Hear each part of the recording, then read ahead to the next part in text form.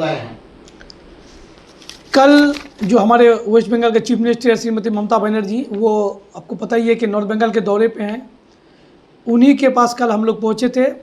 इस्लामपुर को डिस्ट्रिक्ट बनाने के लिए एक मोमेंटम उनको दिए हैं। इसी सिलसिले में आज का ये जो प्रेस कॉन्फ्रेंस है, इसी सिलसिले में है।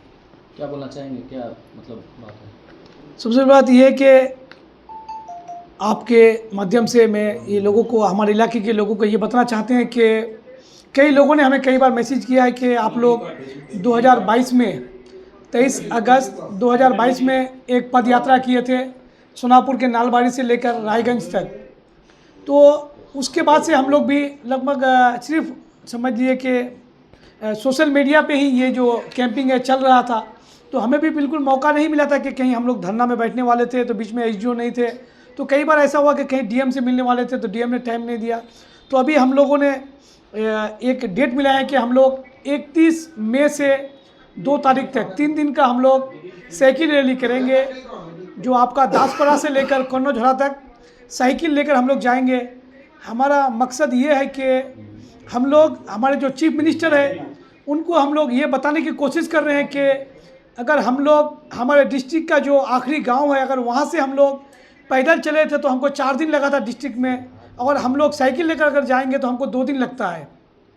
तो ये बिल्कुल हमारा जो ये मकसद है प्रेस मीट करने का, यही मकसद है कि हम लोग अपने इलाके के लोगों की जो तकलीफ़ें हैं, जो परेशानियां हैं डिस्ट्रिक्ट की वजह से, ये हम लोग चाहते हैं कि उभर कर सामने आए। हमारे जो चीफ मिनिस्टर है उन तक हमारी बातें पहुँचे, क्योंकि हमने हमारे इलाके के लीडरों पर बहुत सारा भरोसा किया, लेकिन कोई भी देखते हैं कि ज़्यादा बोलने वाले नहीं है, कोई विधानसभा में इस मुद्दे को नहीं उठा रहे हैं। तो हमने मजबूर होकर ये कदम उठाया कि अबे हमें ही कुछ ना कुछ करने की ज़रूरत है। क्योंकि एक सवाल आपसे पूछेंगे जी।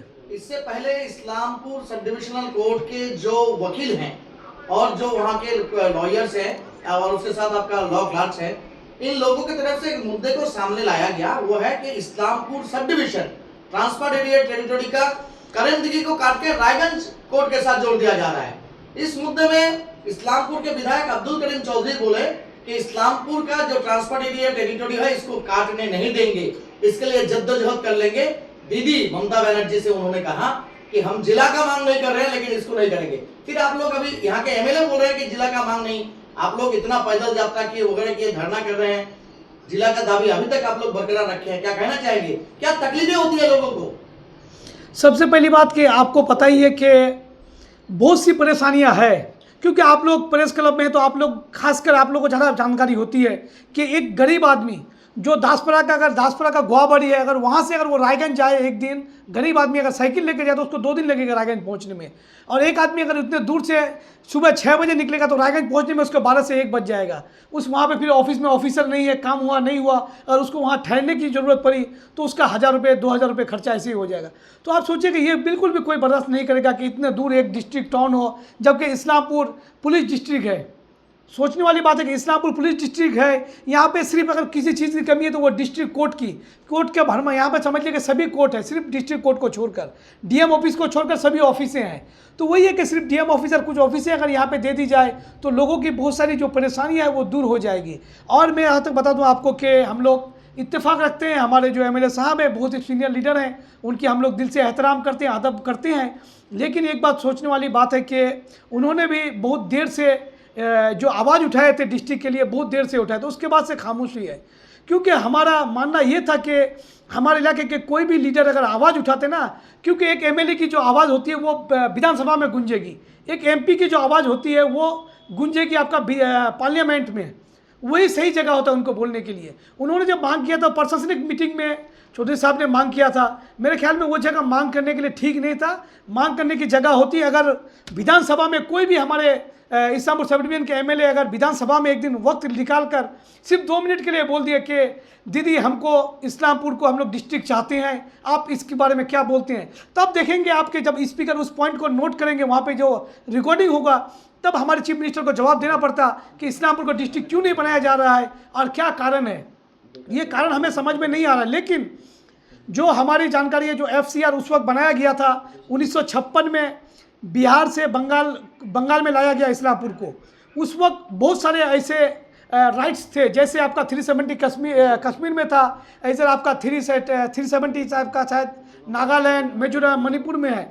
तो इस तरह के कुछ नियम हमारे यहाँ पे भी लागू किया गया था कि यहाँ के जो लोग हैं उनका हक छीना नहीं जाएगा, उनको उनका हक दिया जाएगा, उनकी जो लैंग्वेज है उनको बरकरार रखा। क्योंकि उस वक्त जब बिहार में था तो यहाँ की ज़्यादातर लैंग्वेज जो थी उर्दू थी। ज़्यादातर उस वक्त लगभग 50 से 60% पढ़ने वाले लोग उर्दू में थे। क्योंकि आज भी अगर हम लोग 1910 या 20 के कागज़ हमारे दोस्तों में कई लोगों के पास है, ज़मीन के कागज़ अगर निकालते ना तो उसमें फ़ारसी में लिखा हुआ आ रहा है, उर्दू में लिखा हुआ आ रहा है, हिंदी में भी लिखा हुआ है। जी। तो ये सोचने वाली बात है कि पहले यहाँ की लैंग्वेज क्या थी, तो हमारा जो हक था आहिस्ता आहिस्ता से उससे हमें महरूम कर दिया गया।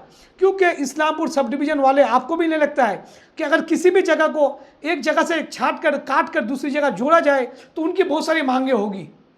तो यहाँ के बहुत सारे मांगे थे, उनको समझिए कि ठंडा बस्ते में रख दिया गया और किसी ने इस बारे में आवाज़ नहीं उठाई, जिसकी वजह से हमारा हक नहीं मिला। जबकि आप सोच सकते हैं 1959 में ये सब डिवीज़न बना है, उसके बाद से कितने ज़्यादा डेवलप हुआ है ये। इस इलाके को अगर ये जैसे ट्रांसफर एरिया है ये जो सुरजापुर जो ट्रांसफ़र किया गया था, इस एरिया को अगर डिस्ट्रिक्ट उसी वक्त बनाता तो बनाया जा सकता था। लेकिन अभी ये है कि रायगंज का जो सफ़र है, आप सिलीगुड़ी जाकर आ सकते हैं 2 बार, लेकिन रायगंज एक बार जाके नहीं आ सकते हैं। तो ये हमारा पूरा बैकवर्ड पड़ता है, हमें बहुत परेशानी होती है। इसके लिए हमें आंदोलन की ज़रूरत है। हमारे इलाके के लोग ठीक से अभी बहुत कुछ जानते नहीं है। बहुत सारे लोग हैं कि हमारे डिस्ट्रिक्ट में क्या काम होता है, लेकिन जिनको ज़रूरत होती है डिस्ट्रिक्ट के जाने की, उनको परेशानी का पता चलता है कि कितनी परेशानियां हो रही है। मैं आपको दिखाना चाहूँगा ये जो हमारा मेमोरेंडम है, ये कल हमने चीफ मिनिस्टर को दिए। चीफ मिनिस्टर से हमारी ठीक से मुलाकात तो नहीं हुई, लेकिन 1 मिनट तक बात हुई कि आप लोग दे दीजिए। हमारे जो उनके जो सेक्रेटरी थे उनको बताया कि हमारे सेक्रेटरी इनको दे दीजिए और मोबाइल नंबर भी दे दीजिए। आप लोगों को कुछ दिन में फ़ोन किया जाएगा।